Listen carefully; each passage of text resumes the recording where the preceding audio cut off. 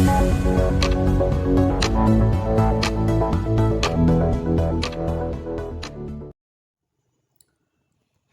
हरेराम चौबे, अखिल भारतीय सवर्ण मोर्चा प्रबुद्ध वर्ग का राष्ट्रीय प्रभारी, आज जो एक लंबे अंतराल के बाद जब देश विदेशों तक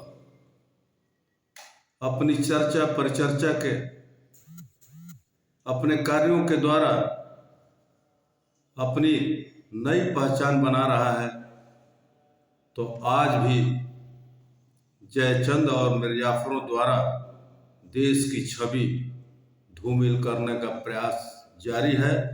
और इसमें वही लोग हैं जो अंग्रेजों के दत्तक पुत्र तथा कथित आज़ादी के नाम पर देश को सदैव गुमराह कर अंग्रेजों की तरह लूटने वाले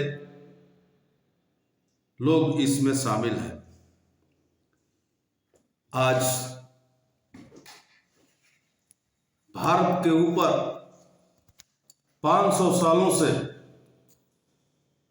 जो कलंक था, वो कलंक मिटा करके भगवान राम का मंदिर का निर्माण हो चुका है, उद्घाटन होने जा रहा है।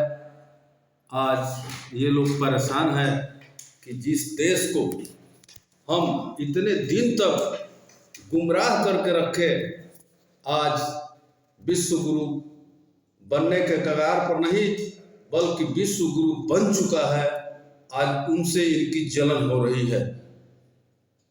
मित्रों, मैं इतना ही कहना चाहता हूं कि भगवान राम हमारे देश के संस्कृति हैं, संस्कार है, हमारे आराध्य हैं और सनातन के रक्षक हैं, जो कि सदैव सनातन के प्रति इन्होंने अपनी आस्था व्यक्त किया और मर्यादा के तहत इन्होंने कार्य किया। आज लोग उंगली उठा रहे हैं, आज धर्म और सनातन का विभेद कर रहे हैं। हिंदुत्व क्या है, हिंदू और हिंदुत्व में अंतर बता रहे हैं वो लोग, बता रहे हैं कि जो कि आज उनको पता नहीं है कि सनातन क्या है, धर्म क्या है। आज वो हमें ज्ञान दे रहे हैं। सनातन धर्म और हिंदुत्व की परिभाषा वो लोग जो बता रहे हैं कि जिनके यहाँ मानवीय पश्चात सभ्यता जो कहा जाता है, वो सभ्यता का पालन एडाप्ट करने वाले लोग अब हमको समझा रहे हैं। भारत को, जहाँ से कि भारत ने पूरे विश्व को धर्म की परिभाषा दिया, संस्कार की परिभाषा दिया, संस्कृति बताई। बहुत खेद की बात है। धर्म किसे कहते हैं? धारयति इति धर्म। मैं देखा कि यहाँ जो राजनीतिक दल सत्ता के लालच में जो भारत की अस्मिता और भारत के लोगों को बेचने का काम किया, आज वो भी हमें ज्ञान दे रहे हैं। आज बहुत खेद होता है कि अगर ये हिंदू और हिंदुत्व में भेद विभेद करते हैं, तो मैं ये पूछना चाहता हूं उन लोगों से कि जो हमारे शिक्षण संस्थाओं में जो प्रमाण पत्र मिलता है, उस पर धर्म के नाम के आगे हिंदू लिखा रहता है। क्या ये इन लोगों को बात पता है?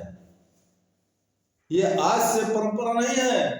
जब देश स्वतंत्र हुआ उस समय क्यों नहीं इसको बदला गया? जब हम लोग कहते थे कि ये कानून विदेशी कानून है, इस कानून से भारत के लोगों का भला नहीं होगा, लोग हंसते थे।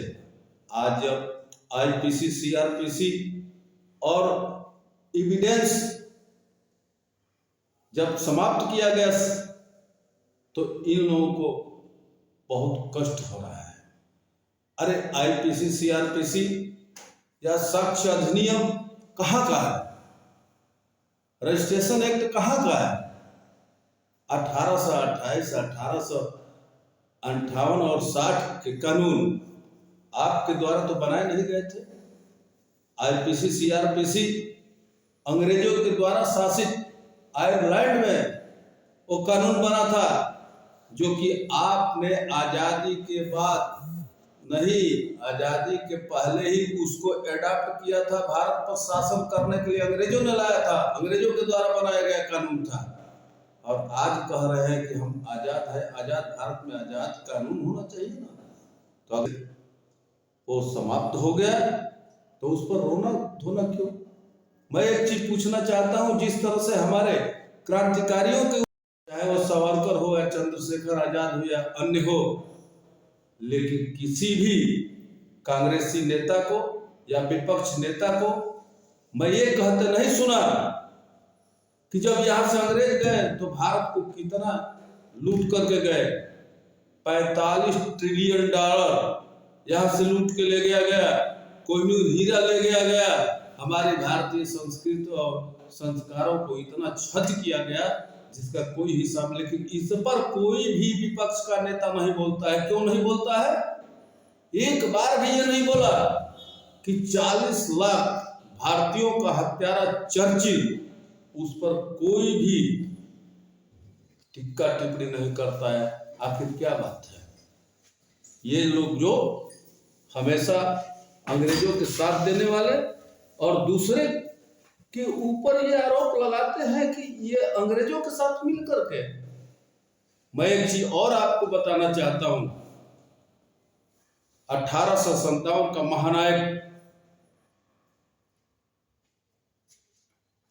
मंगल पांडे भारत का कण-कण जानता है कि 1857 के क्रांति का महानायक, उनका जन्म तिथि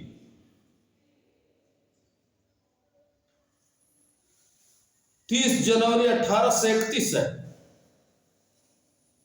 उनके जन्म तिथि को 19 जुलाई 1827 किसने किया?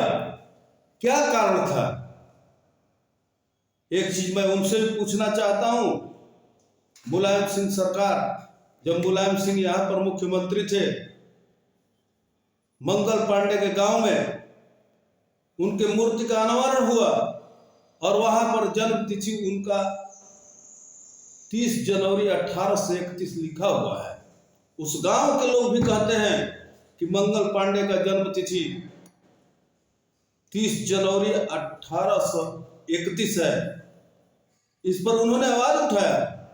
मैं भारत सरकार और उत्तर प्रदेश सरकार से मांग करता हूं कि उनके जन्म तिथि को संशोधित किया जाए। आखिर क्या कारण है कि उनकी जन्म की तिथि बदली गई? इसके पीछे भी बहुत बड़ा राज है।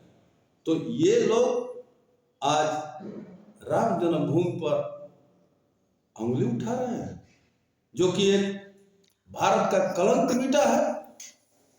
भारत को एक विश्व में पहचान बनाने वाला मंदिर बना है।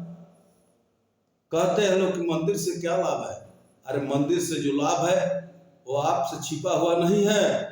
मंदिर से पर्यटन का बढ़ावा मिलेगा, वहां पर नौकरी भी मिलेगी, हर तरह का विकास वहां पर होगा। और इन कमीनों से पूछा जाए तो ये उल्टा सुल्टा जो जवाब देते हैं, अपना जबान ये बंद करें। अरे ताड़िका, खरदूषण, रावण जैसे लोगों का अंत हो गया तो ये क्या है? अब तुम जनता के नजरों से गिर चुके हो। तुम्हें जनता एक देशद्रोही के रूप में काम कर रही है।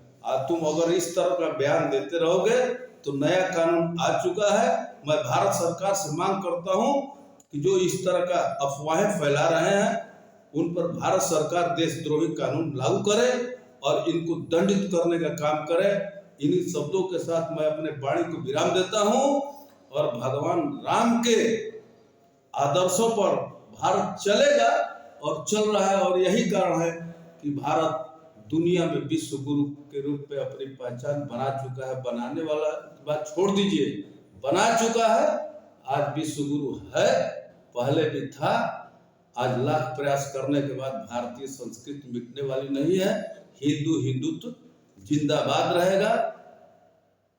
और तुम्हारा जो है खात्मा निश्चित है। चाहे तुम न्याय यात्रा कर लो और चाहे भारत जलाओ यात्रा कर लो, अब तुम जनता की नजर से गिर चुके हो। अब तुम्हें कोई पूछने वाला नहीं है। अंग्रेजों की पार्टी जो है था वो आज समाप्त है। ये कान खोल करके सुन लो और अपनी आवाज बंद करो और राम के विषय में अनर्गल प्रलाप भी बंद करो। जय हिंद, जय भारत।